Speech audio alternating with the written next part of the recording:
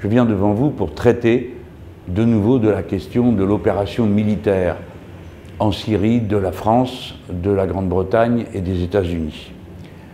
Vous le savez, j'ai déjà eu l'occasion de m'exprimer dès qu'on a connu la nouvelle, puis à la tribune de l'Assemblée nationale. Si j'y reviens à cet instant, c'est que j'ai d'autres choses à dire. Et la première d'entre elles est une révélation, parce que je ne crois pas que vous ayez pu l'apprendre autrement, ou que ce soit dans les médias. Il se trouve que l'opération de bombardement a eu lieu dans la nuit de vendredi à samedi. Or, ce qu'on ne sait pas, c'est qu'avant que ce bombardement ait lieu, il y a eu un contact téléphonique entre le président Macron et le président Poutine.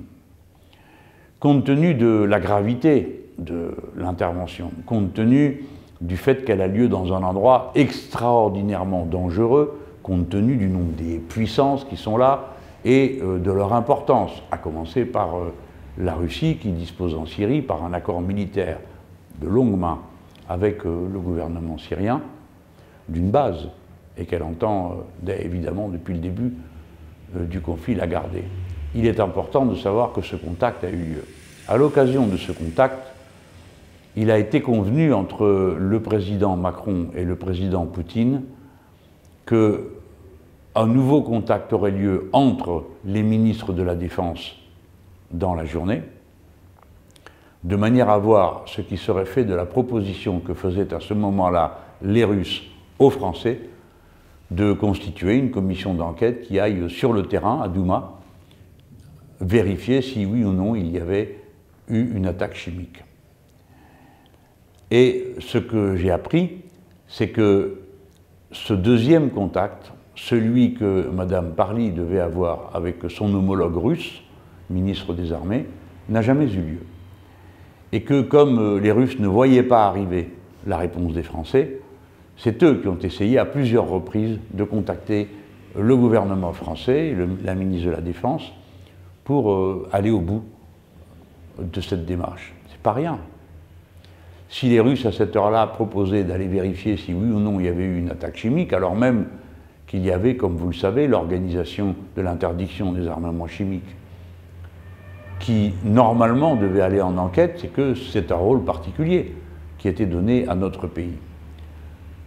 Je trouve que ce serait intéressant de savoir pourquoi les autorités françaises ont décidé de rompre le contact de cette façon-là avec les Russes. La preuve de ce que j'avance est donnée par un lien que vous trouverez dans la description de cette vidéo. Elle va vous ramener à un site russe, celui du ministère des Affaires étrangères, et il est vrai que la déclaration du ministre des Affaires étrangères, Lavrov, sur le sujet n'est pas facile à atteindre, et donc on peut comprendre que peu de gens aient eu la curiosité de mener l'enquête pour relever ce point-là. Alors, il y aura dans la suite de mon propos des références à l'entretien que j'ai eu ce matin avec l'ambassadeur de Russie que j'ai demandé à rencontrer, d'abord parce que c'est le nouvel ambassadeur de Russie et qu'il fallait faire connaissance, et ensuite parce que j'ai éprouvé le besoin d'apprendre de la partie russe comment eux considéraient la suite des événements, et en particulier une phrase que j'ai entendue prononcer par les autorités russes qui m'a inquiété. Les Russes avaient dit que s'il y avait une intervention militaire, il y aurait des conséquences. Et en particulier que les Russes abattraient non seulement les missiles, mais ce qu'on appelle les plateformes, c'est un grand mot pour dire le bateau ou l'avion qui a tiré le missile. Et bon, il n'y a pas eu de tir russe, et que devait-on entendre par conséquence? En particulier, j'ai demandé, quand il m'a contacté, puis à la tribune de l'Assemblée nationale, au Premier ministre, de me dire comment et quel dispositif ils avaient mis en œuvre pour éviter l'escalade, parce que le pire, c'était l'escalade. J'ai donc collecté par petits bouts ma réponse. Le premier petit bout est venu des autorités françaises qui m'ont dit que, en l'occurrence, alors attendez, c'est de la langue de fer un peu, le processus de déconfliction avait été appliqué. Alors qu'est-ce que ça peut bien être qu'un processus de déconfliction? Ça veut dire qu'on prévient l'ennemi pour qu'il n'y ait pas de surprise et que l'ennemi n'aille pas se tromper sur le niveau et l'intensité de l'intervention militaire à laquelle on va se livrer. En l'occurrence, ce sont des garanties qui ont été données aux Russes que les zones qui sont sous contrôle russe en Syrie, c'est-à-dire qui sont sous la protection de leurs missiles et de leurs radars, ne seraient jamais visées. Naturellement, pour ça, il a fallu qu'on leur donne beaucoup d'informations pour qu'ils puissent vérifier, à mesure que les tirs avaient lieu, qu'ils ne se dirigeaient pas vers les zones qui ont été d'entrée de jeu convenues comme intouchables par la partie adverse, c'est-à-dire nord-américaine.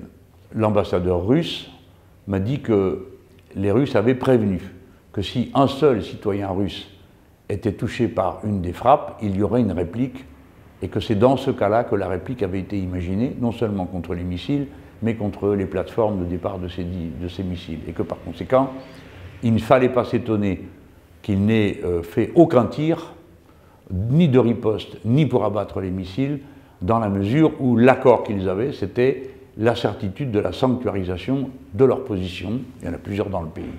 Voilà la première explication à l'inactivité militaire des Russes. La seconde, c'est que dans la mesure où aucun citoyen russe ne s'est trouvé mis en danger, à ce moment-là, les Russes n'avaient aucune raison ni d'entrer en escalade, ni de prévoir des sanctions contre les assaillants, en l'occurrence américains, français et anglais. Dans cette façon de voir, ça n'exclut pas les représailles russes, mais elles seront non pas au niveau militaire, puisqu'ils considèrent qu'ils n'ont pas été impliqués dans cette bataille, mais au niveau des sanctions pour répondre à celles que les États-Unis d'Amérique sont en train, le nouveau train de sanctions qui a été mis en route contre les Russes. Donc il m'a été répondu qu'il y avait actuellement à la Douma, c'est-à-dire le Parlement russe, des discussions, des propositions de loi et de sanctions qui étaient en discussion entre les parlementaires russes.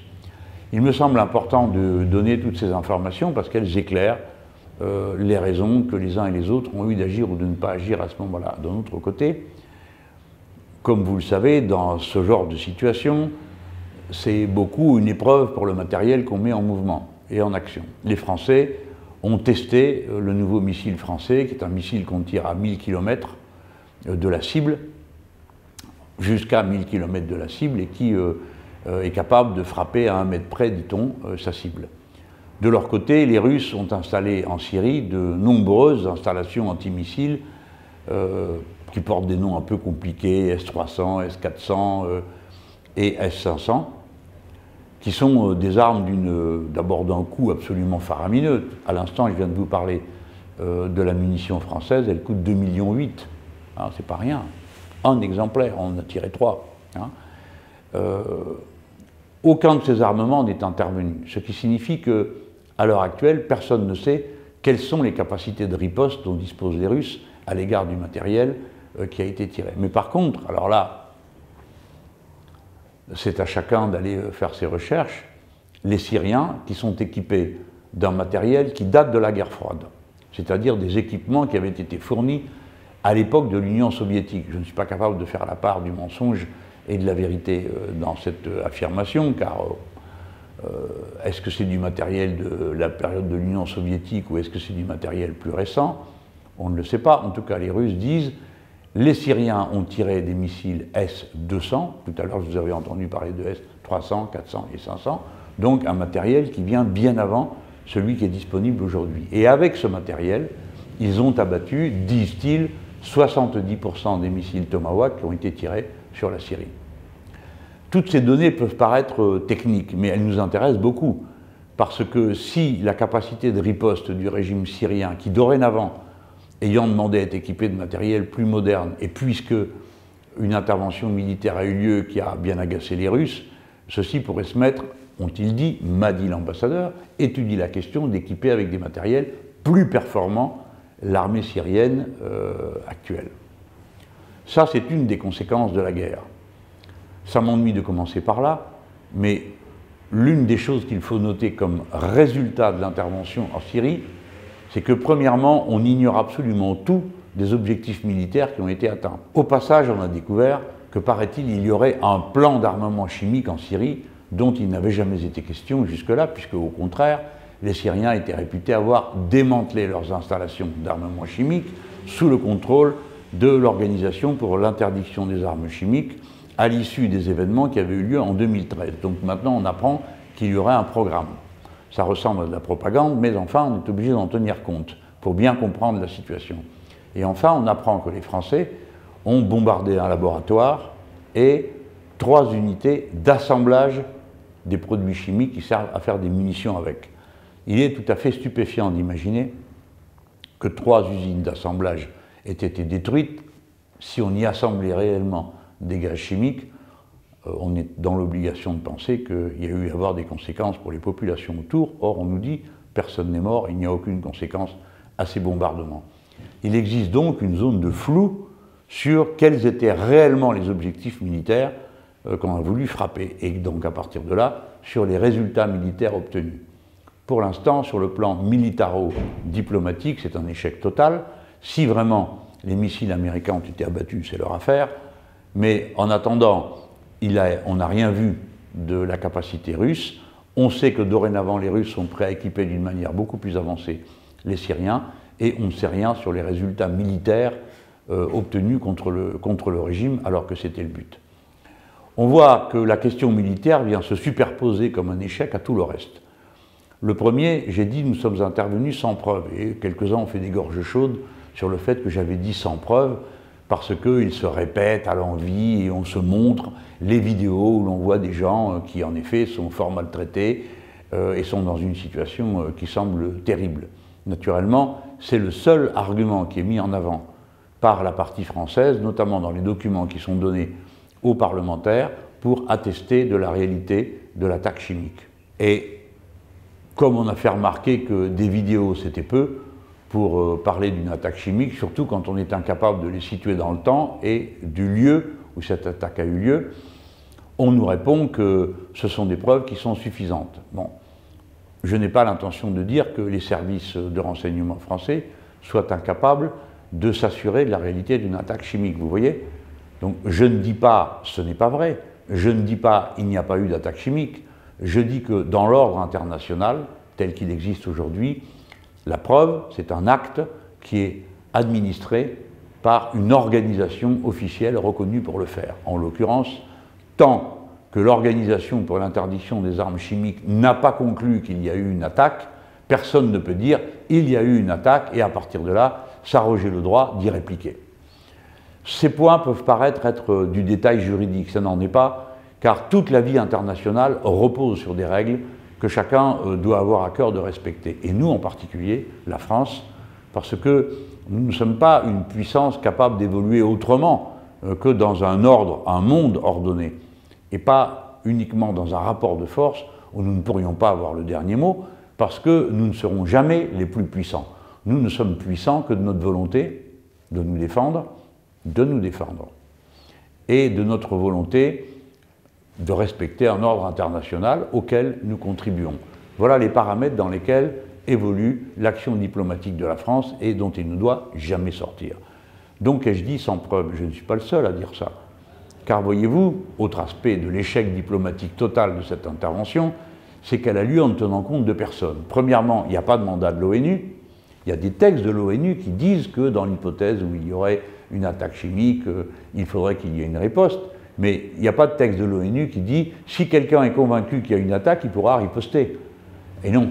Naturellement, c'était à l'ONU de se prononcer. Et on dit, et en l'occurrence, à l'Organisation pour l'interdiction des armes chimiques. Donc ça a été fait sans mandat de l'ONU. Pour les Français, c'est une reculade terrifiante. Pour la première fois depuis toujours, je crois, nous agissons sans mandat de l'ONU. Ce n'est pas tout à fait la première fois que nous intervenons militairement sans mandat, mais dans le passé, les formulations de l'ONU étaient plus proches de l'autorisation qu'elles l'ont été cette fois-ci. C'est le cas en particulier lorsqu'il s'est agi d'intervenir pour faire évacuer le Koweït par Saddam Hussein, ou bien lorsque la décision a été prise, à mon avis à tort, d'intervenir contre le gouvernement de la Serbie au moment où se mettait en place le dépeçage de la Yougoslavie et la création de l'État fantoche du Kosovo. J'ai dit fantoche parce que, à mes yeux, cet État n'existe pas. Bon, les Français ne peuvent pas agir autrement que dans le cadre de l'ONU, parce que sinon ça veut dire qu'ils reconnaissent qu'il n'y a plus d'ordre international. Et quand il n'y a plus d'ordre international, alors on apparaît un immédiatement, c'est celui du plus fort. Mais l'autre aspect de l'échec diplomatique, c'est que d'autres réunions internationales se sont tenues, qui n'ont été saisies de rien. Je pense au sommet de la Ligue arabe, qui avait lieu justement le samedi, lendemain du bombardement, à qui personne n'a rien dit, ni rien demandé, et qui a dû, par surprise, prendre position. Quand on connaît la difficulté que les sommets de la Ligue arabe ont à se mettre d'accord, on imagine que ce genre d'action absolument imprévue et par surprise crée un désordre et aggrave les situations de tension entre les composantes de cette Ligue. Mais il y a aussi l'organisation de l'unité africaine, à qui personne n'a rien demandé, la Syrie étant quand même une implication assez directe sur l'Afrique. Et cette organisation, elle, a établi une position à la fin qui condamne l'utilisation des armes chimiques, comme l'univers entier le fait, bien sûr, mais qui dit que le constat de l'attaque doit être fait par un organisme habilité et la décision d'action doit être faite par l'ONU. Si bien que la position de l'Organisation de l'Unité africaine est sur le plan diplomatique beaucoup mieux assurée que ne l'est cette coalition qui s'auto-proclame communauté internationale, qui est composée de 3 pays avec le soutien de quelques dictatures comme la Turquie, l'Arabie Saoudite, les Émirats qataris et autres. Les Français ont agi en dehors du cadre, dans une coalition extrêmement étroite, et à partir de là, ils sont d'ores et déjà rayés de la liste de ceux qui peuvent exercer une médiation, parce qu'ils sont considérés comme des protagonistes directs de l'action violente, et pas du tout. Il n'y a pas un pays au monde qui croit à la fable d'après laquelle les 3 pays sont intervenus pour des raisons morales, parce que dans ce cas, ils seraient intervenus pour soutenir les Rohingyas en Birmanie, ils seraient intervenus pour empêcher ce que l'ONU a appelé le plus grand désastre actuel humanitaire de la planète, qui est au Yémen. On serait intervenu, si c'était la morale, pour soutenir ces malheureux Kurdes que l'on a abandonnés à la vindicte des Turcs. Enfin, si c'était l'ONU et ses décisions qui motivaient l'esprit de l'ONU, les actions du trio infernal, eh bien, on les aurait vus se déployer pour faire valoir les droits de la Palestine, ou bien pour faire cesser l'odieux blocus de Cuba, qui est condamné par la terre entière, sauf 3 pays, ce qui fait quand même fort peu de monde pour soutenir le blocus. Donc, dans le monde entier, aucun gouvernement ne croit que les puissances qui sont intervenues militairement l'ont fait pour des raisons morales ou des raisons de respect de l'ONU. Tout le monde pense que c'est une action violente qui a été actée pour permettre à ces 3-là de revenir dans le jeu. Mais naturellement, aucun des 3 ne voit de la même manière le jeu régional. En particulier, les Nord-Américains n'examinent pas la situation comme des Français parce qu'ils ont d'autres intérêts. Et c'est pourquoi le premier démenti qui a été opposé à M. Macron, après son intervention dimanche soir, est venu des Américains, parce que M. Macron a dit « Nous avons convaincu les Américains de rester en Syrie » et que le lendemain, les États-Unis ont dit « Mais pas du tout, nous on rentre à la maison », on l'a dit depuis le début. Parce que pour les Américains, la partie, ce n'est pas la Syrie, ou plus exactement, la Syrie est une partie du dispositif qu'ils mettent en place. Qu'est-ce qu'ils attendent de leur présence en Syrie? Une partition du territoire de la Syrie pour la réorganisation du Grand Moyen-Orient, suivant un plan qu'ils ont d'ailleurs rendu public il y a plus de 10 ans. Ça, c'est le premier élément. Et parmi ces éléments, le rééquilibrage des forces, de manière à empêcher l'Iran de jouer un rôle dans la région contre l'avis de l'Arabie Saoudite, des Émirats et de quelques autres, et notamment d'Israël. Par conséquent, le moment clé n'est pas le moment en Syrie à propos des attaques chimiques. Le moment clé, c'est celui qui va avoir lieu dans 3 semaines, le 12 mai, au Congrès américain, où on va voter sur le fait que l'on reconduit ou pas l'accord sur le nucléaire iranien. Et le président Trump ne veut pas reconduire cet accord, il veut y ajouter des clauses supplémentaires, dont certaines sont totalement fumeuses, du genre l'interdiction de l'action hégémonique de l'Iran dans la région. Bon, vous comprenez qu'avec un énoncé pareil, personne ne pourra jamais trouver d'accord sur le sujet. Il sera donc très important de voir quels vont être le comportement des Français et des Anglais à l'occasion de cette nouvelle offensive des Américains et d'Israël contre le régime iranien. Naturellement, nous, Français, notre intérêt, c'est que l'accord soit respecté. D'ailleurs, nous avons joué un rôle extrêmement important dans sa signature. Et notre intérêt est qu'il soit respecté, qu'il soit appliqué, parce que c'est lui qui nous garantit la non-dissémination nucléaire, le fait que l'Iran ne devienne pas une puissance nucléaire, et que c'est déjà assez que d'avoir obtenu ça ce n'est pas la peine de rajouter encore des clauses, car si les Nord-Américains se retiraient de l'accord, on peut craindre que l'Iran reprenne le processus de son armement nucléaire, ce qui évidemment permettrait aux États-Unis et au gouvernement d'Israël de recommencer l'escalade dans laquelle il se trouvait entraîné jusqu'au moment où l'accord l'a interrompu. Alors faisons le bilan. Premièrement, on n'a pas exploré jusqu'au bout les possibilités d'établir l'attaque chimique et la coopération avec les Russes. Deuxièmement, on a agi sans preuve diplomatique garantie. Troisièmement, on a agi sans mandat. Quatrièmement, on a agi sans objectif militaire clair. Cinquièmement, on agit sans objectif politique clair parce qu'on ne sait toujours pas ce que veulent les Français et les Nord-Américains dans cette région, notamment par rapport à la Syrie. Est-ce que les Français et leurs alliés anglo-saxons, ou plus exactement les anglo-saxons et leurs alliés français, veulent se mettre dans le processus de discussion actuel qui réunit la Russie et l'Iran, ou bien est-ce qu'ils veulent être dans le cadre de la discussion de Genève, qui elle est pilotée par l'ONU, ou bien est-ce qu'ils sont pour encore un autre cadre, comme on a pu le penser en lisant le président Trump? Personne n'en sait rien.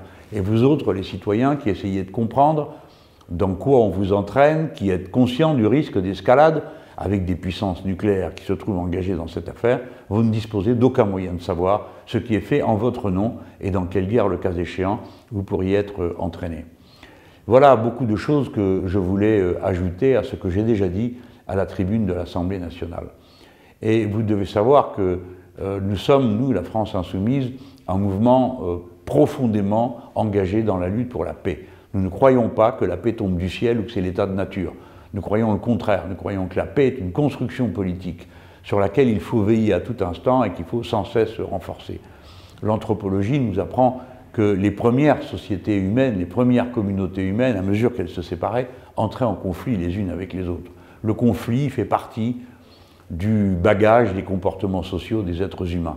Alors évidemment, aujourd'hui, plus que jamais, les êtres humains étant si nombreux, les frontières délimitant la quasi-totalité de la surface de la Terre, il est important d'avoir la paix comme un des objectifs permanents qu'on a à l'esprit, et surtout dans des périodes comme celles que nous connaissons, où le risque de guerre est sans cesse plus élevé. Aujourd'hui, nous pouvons considérer que nous sommes à un haut niveau de risque d'embrasement dans cette région, tant est grand le niveau des tensions. Et que, à l'heure où nous parlons, et tandis que nous parlons, continue la guerre entre l'Iran et l'Arabie Saoudite au Yémen, qui aboutit à ce résultat que la population fait l'objet d'un blocus alimentaire condamné par les Nations Unies et contre lequel, naturellement, ni les Américains, ni les Anglais, ni les Français ne font quoi que ce soit.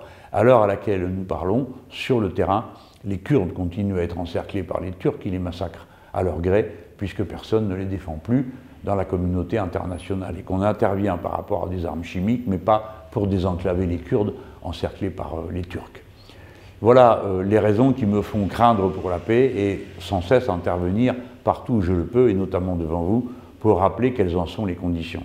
La condition de la paix en Syrie, c'est que tout le monde s'assoit autour de la table, c'est-à-dire que tous ceux qui y ont un intérêt puissent s'y trouver, inclus des puissances même qui peuvent être éloignées, comme l'Arabie Saoudite, mais qui a quelque chose à dire dans cette histoire, et notamment les Kurdes, pour pouvoir aller jusqu'au bout et vider l'abcès qui pourrit cette région depuis tant de temps, qui est l'incertitude sur les frontières et les droits des uns et des autres, et notamment l'utilisation des ressources de gaz et de pétrole qui rendent toute cette région si dangereuse et en même temps si convoitée par les puissances. Et qu'ensuite on passe à des élections. La première fois que j'ai présenté ce plan, je me trouvais dans une émission de télévision et on m'a rionné. On m'a dit alors c'est si simple que ça.